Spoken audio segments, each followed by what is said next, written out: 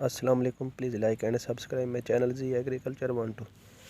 आज दीजिए आपसे एक बात करना चाहता हूँ कि CRI की क्या इम्पोर्टेंस है, CRI स्टेज की इम्पोर्टेंस क्या है।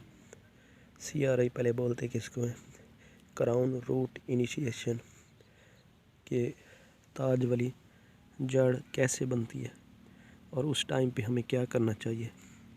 ये देखें, ये आपको नज़र आ रही है, ये जो गांठ है, ये इसको बोलते हैं क्राउन ताज। यहीं से ये देखें, ये जड़ें निकल रही हैं, ये है क्राउन रूट्स, ये अच्छा। और देखें इस पौधे में, देखें ये है क्राउन, ये ताज बना हुआ, ये रूट्स जा रही हैं इसकी, क्राउन रूट्स। ये देखें, ये इसमें साफ नज़र आ रहा है, ये है क्राउन रूट्स। ये देखें, ये क्राउन बना हुआ, ये क्राउन है और ये इसकी रूट्स है, ये जा रही। इसमें देखें, ये क्राउन रूट्स है, ये क्राउन रूट्स हैं जी। अब इस स्टेज की इम्पोर्टेंस क्या है। इसकी इम्पोर्टेंस ये है कि अगर आपाश इलाके में आप रहते हैं और आपको सिर्फ एक ही पानी अवेलेबल है, तो वो आप इसी क्राउन रूट इनिशिएशन पे आपने देना है। ये इतनी अहम क्यों है, क्योंकि इसकी वजह ये है कि इसने आगे अपनी जड़ का जाला बनाना होता है, इसी से इसकी टिलरिंग होती है। टिलरिंग इसी की वजह से होती है, जैसे टिलर निकलेंगे वो यहीं से ही अब बनना शुरू होंगे।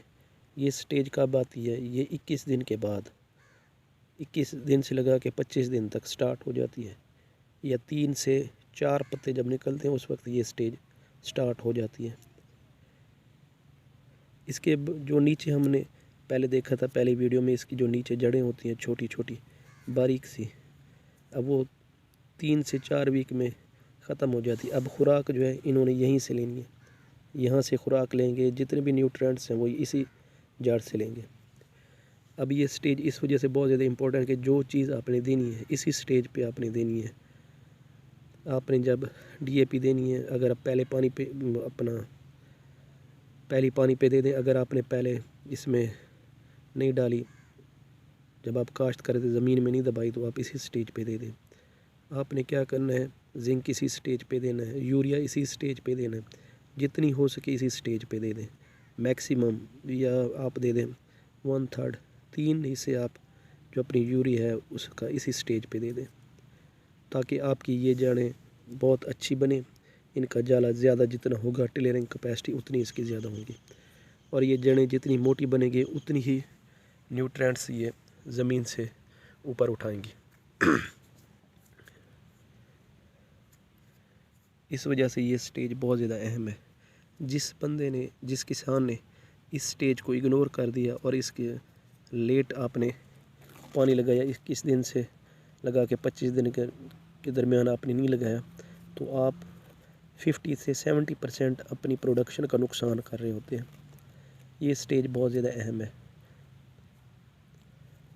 अब इन्हीं जड़ों ने सारे न्यूट्रिएंट्स उठाने और यहीं से आपकी टिलरिंग शुरू हो जाएगी। आपको एक पौधा दिखाता हूँ, ये देखें, ये इसने अब ये टिलर बनाया हुआ है, ये देखें, ये एक था, अब यहाँ से ये टिलर निकल रहा है, अब यहाँ से ये देखें, ये एक और निकल रहा है, ये निकला है, ये यहाँ से इसकी टिलरिंग शुरू हो गई है 21 दिन के बाद।